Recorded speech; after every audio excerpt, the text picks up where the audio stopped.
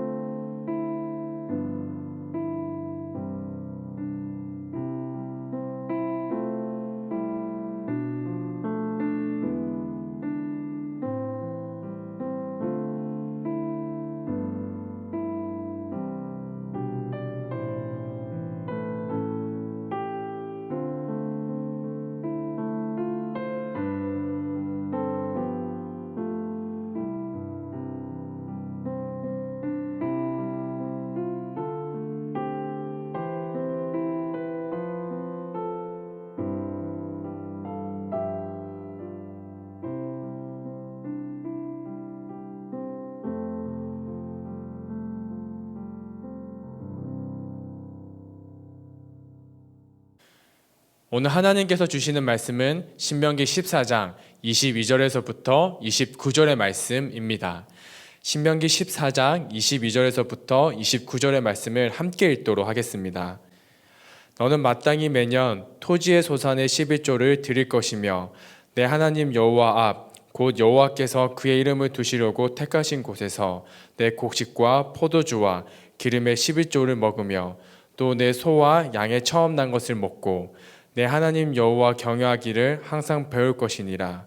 그러나 내 하나님 여호와께서 자기의 이름을 두시려고 택하신 곳이 내게서 너무 멀고 행로가 어려워서 내 하나님 여호와께서 그 풍부히 주신 것을 가지고 갈 수 없거든 그것을 돈으로 바꾸어 그 돈을 싸가지고 내 하나님 여호와께서 택하신 곳으로 가서 내 마음에 원하는 모든 것을 그 돈으로 사되 소나 양이나 포도주나 독주 등 내 마음에 원하는 모든 것을 구하고 거기서 내 하나님 여호와 앞에서 너와 내 권속이 함께 먹고 즐거워할 것이며 내 성읍에 거주하는 레위인은 너희 중에 분깃이나 기업이 없는 자이니 또한 저버리지 말지니라.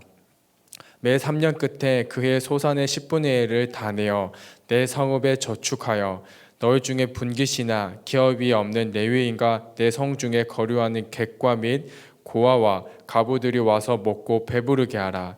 그리하면 내 하나님 여호와께서 내 손으로 하는 범사에 내게 복을 주시리라. 아멘. 오늘은 신명기 14장의 전반적인 말씀을 함께 살펴봄으로써 오늘 우리에게 부어주실 은혜를 기대하도록 하겠습니다. 얼마 전에 저희 가정이 이사를 하게 되었습니다. 그러면서 낡은 가구는 버리게 되었고 또 필요한 새로운 가구들을 구입하게 되었습니다. 그러면서 인테리어에 관심을 갖게 되어서 살펴보게 되었는데요. 최근 코로나 전국을 맞이하면서 이 인테리어의 트렌드가 변하게 된 것을 확인할 수 있었습니다. 코로나 이전에는 가정의 주요한 요점은 쉼이었기 때문에 이 쉼에 맞는 인테리어가 유행을 했다라면 코로나 이후에는 이제 재택근무도 하고 집에서 온라인 수업도 하다 보니까 기본적으로 집에 머무는 시간이 늘게 되었습니다.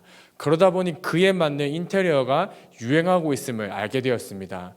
저희 가정도 그러한 상황에 있다 보니 그에 맞게 집을 꾸미고 있었습니다.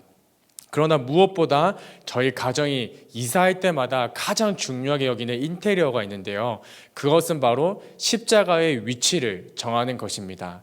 현재 저희 가정의 십자가의 위치는 현관을 지나서 거실로 들어오게 되었을 때 가장 잘 보이는 곳, 조금 시선보다 높은 곳에 걸어 두고 있습니다. 근데 거기에는 저희 가정의 믿음의 고백이 있는데요. 그것은 어떤 것이냐면 이 가정의 주인은 예수님입니다.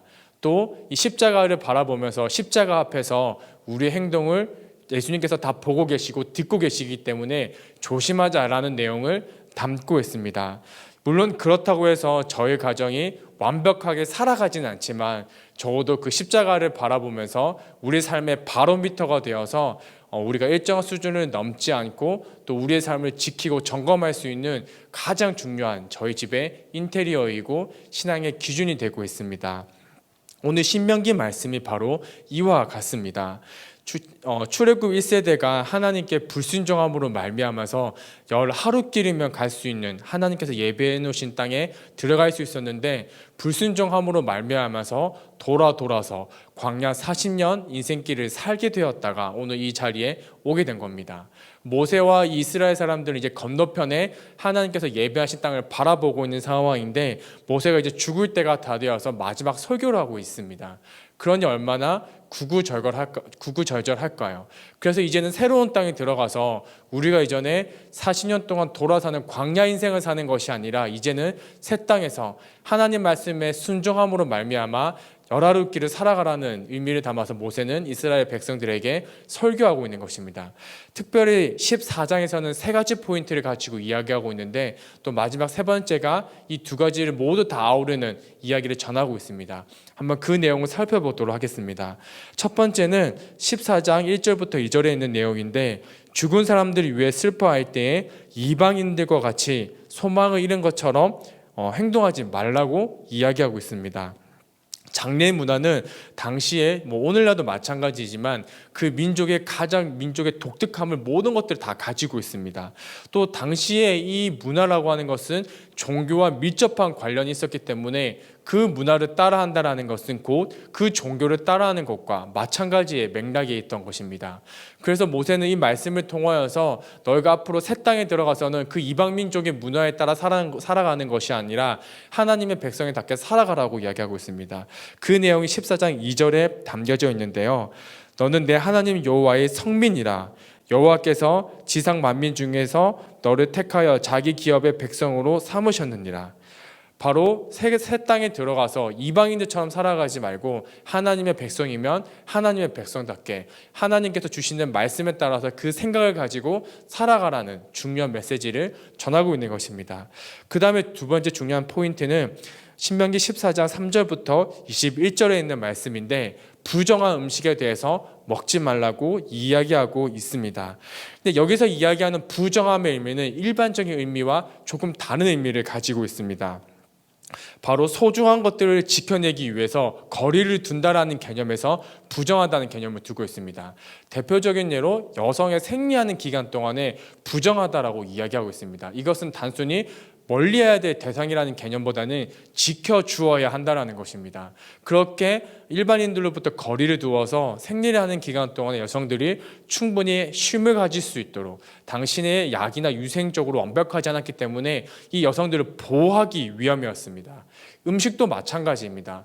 코로나도 인수 바이러스가 먹는 것들을 통해서 전염되었던 것처럼 당시에도 식문화 때문에 여러 가지 질병과 전염병들이 옮기는 경우가 많이 있었습니다. 그래서 바로 이 부정함을 통하여서 공동체를 지키고 배려하는 삶을 살아갈 것을, 새 땅에서는 내가 중심이 되는 삶이 아니라 내가 좋은 곳에 따라 사는 삶이 아니라 이웃들을 섬길 수 있는 삶을 살아가는 것을 이렇게 이야기하고 있습니다.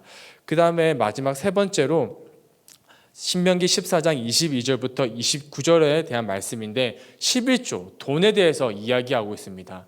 먼저 우리가 일반적으로 알고 있는 11조에 대해서 이야기를 하고 있는데요. 우리가 모든 것에 번 것에 대해서 10분의 1을 구별하여서 하나님께 드리라라고 이야기하고 있습니다. 그다음에 또 다른 제2의 11조의 개념에 대해서 이야기하고 있는데요. 11조를 드린 다음에 그 중에 또 10분의 1을 구별하여서 하나님께 드릴 것인데 이때는 하나님께 감사함의 고백을 담아서 내라라고 이야기하고 있습니다. 그다음 마지막 제3의 11조라고 불리는 내용인데요. 안식년을 기준으로 3년마다 즉 3년과 6년째에 제2의 11조를 대신하여서 레위인과 나그네, 가난한 자, 고아와 과부를 위하여 구제할 수 있게 이 헌금을 내라고 이야기하고 있습니다. 근데 단순히 여기에는 돈을 내라는 의미를 넘어 정말 중요한 개념이 담겨져 있습니다. 신명기 14장 22절에 있는 내용인데요. 내 하나님 여호와를 경외하기를 항상 배울 것이니라. 즉 이 물질의 고백들을 통하여서 단순히 돈을 내고 이웃을 돕는 개념을 넘어서 하나님의 경외하는 것을 익히라고 나와 있는 것입니다. 얼마 전에 저희 교육국에서 회의를 하다가 한 성도님께서 그러한 이야기를 해주셨습니다. 사회에서 통념되는 이야기들이 있는데 그것이 어떤 것이냐면 회사에서 중요한 예산을 결제할 때 사인을 누가 하느냐에 따라서 그 회사의 실제적인 권력이 누구한테 있는지 알 수 있다는 것입니다. 오늘 그 본문 말씀을 읽으면서 비슷한 생각을 하게 되었습니다. 내가 내 돈을 가지고 있지만 이 내 돈의 용처와 쓰임에 대해서 내가 먼저 결정하는 것이 아니라 하나님께서 결정을 했다라고 한다면 이 돈의 주인은 내가 아니라 바로 하나님이라는 것입니다. 바로 이러한 마음이 우리 물질들을 통해서 고백하라는 것입니다. 이렇게 말씀을 묵상하고 있는 가운데 한 가지 단어가 더 눈에 들어왔습니다. 신명기 14장 21절에 보면 매년 토지의 소산의 11조를 드릴 것이니라. 오늘날 우리는 월 단위로 이렇게 11조를 내고 있지만 여튼 그게 중요한 게 아니라 정기적으로 이렇게 내라는 것입니다.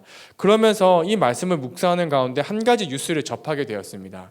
우리나라 축구의 레전드라고 불리는 이동국 선수와 야구 국가대표 선수로 유명한 김태균 선수가 은퇴를 하게 되었습니다.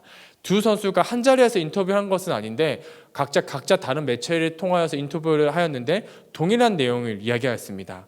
그것이 어떤 것이냐? 자신들이 프로 선수인데 프로 선수들이 매 경기마다 준비하기 위해서 준비하는 반복되는 규칙적인 순서가 있다, 운동이 있다고 합니다.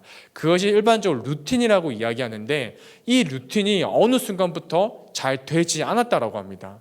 그러면 당연히 그 결과 경기에 좋은 모습을 보여줄 수 없고 프로로서 보이면 안 되는 모습들, 부족한 모습들로 늘 경기에 임하게 되다 보니 이거는 프로의 모습이 아니기 때문에 은퇴를 결심했다라는 것입니다. 이 말씀을 보면서 신명기 말씀과 연결이 되었습니다. 아, 그렇구나. 우리도 이 매년 내는 11조를 통하여서 내 삶에 하나님이 주인이라는 것을 기억해야 되겠구나. 또 내가 만약에 이것을 잊고 살았다면 이 순간을 통해서 내 몸과 마음과 생각을 점검해 보아야 되겠구나라는 생각을 해보게 되었습니다.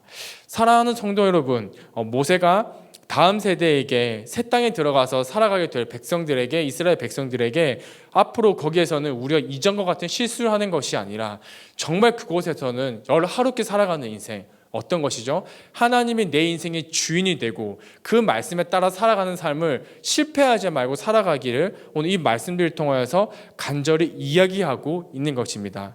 오늘 이 시간 우리에게도 동일한 말씀이 허락이 되었습니다. 오늘 이 예배를 통하여서 이 말씀을 통하여서 내 삶의 주인은 누구인지, 나는 정말 그 고백을 하고 살아가고 있는지 점검하는 시간이 되었으면 좋겠습니다. 또한 더불어서 내가 기도할 때에도 내 기도 제목 가운데도 내가 앞서 있는 거 아닌지, 하나님이 정말 이 기도 제목 가운데 주인이 되고 있는지도 점검해 보았으면 좋겠습니다. 그러면 기도하고 오늘 각자 기도의 자리로 나아가도록 하겠습니다. 하나님, 신명기 14장 말씀을 통하여서 관통하고 있는 중요한 맥을 발견하게 되었습니다.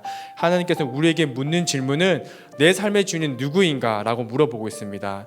저희가 이 질문에 앞에 섰을 때 두려워하지 않고 하나님이 내 삶의 주인입니다 라고 고백할 수 있는 삶을 살아갈 수 있도록 주님께서 인도하여 주시옵소서. 그럴 때 하나님께서 인도하심을 경험할 수 있는 우리의 성도님들 될 수 있도록 주님께서 함께하여 주시옵소서. 모든 것 가운데 함께 하실 것을 기대하오며 살아계신 예수님의 이름으로 기도드렸습니다. 아멘.